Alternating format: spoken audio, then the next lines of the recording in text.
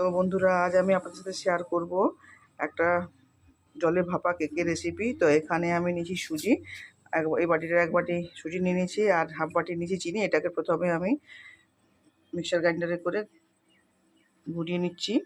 সুজি আর চিনিটাকে একটু সামান্য ঘুরিয়ে নিয়েছি।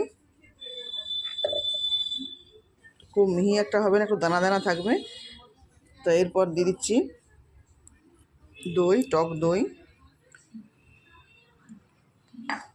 আর এরপর দিচ্ছি এর মধ্যে সামান্য একটু বেকিং পাউডার, হাফ চামচ বেকিং পাউডার দিয়ে এটাকে খুব ভালো করে একটু মিশিয়ে নেব, দিয়ে কিছুক্ষণ রেস্টে রেখে দেবো। সুজি, চিনি আর বেকিং পাউডার একসাথে ভালো করে মিশিয়ে নিয়ে এর মধ্যে সামান্য একটু লবণ দিয়ে খুব ভালো করে এটাকে আবার একটু মাখিয়ে নেব। একটা ঠিক এরকম হবে, খুব একটা পাতলাও হবে না, পুরোও হবে না।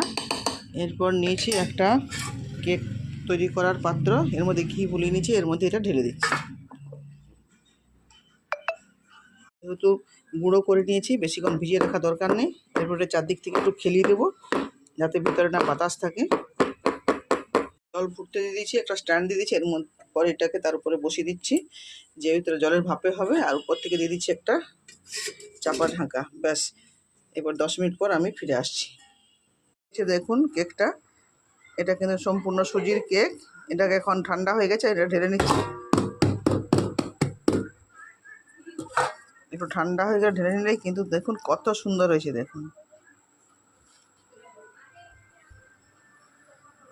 এইভাবে বানিয়ে বাচ্চাদেরকে টিফিনে দেবেন, খুবই সুন্দর হবে। আপনারা সবাই ভালো থাকবেন, সুন্দর থাকবেন। আর আমার এই চ্যানেলটি যদি সাবস্ক্রাইব করা না থাকে, আপনারা অবশ্যই সাবস্ক্রাইব করবেন।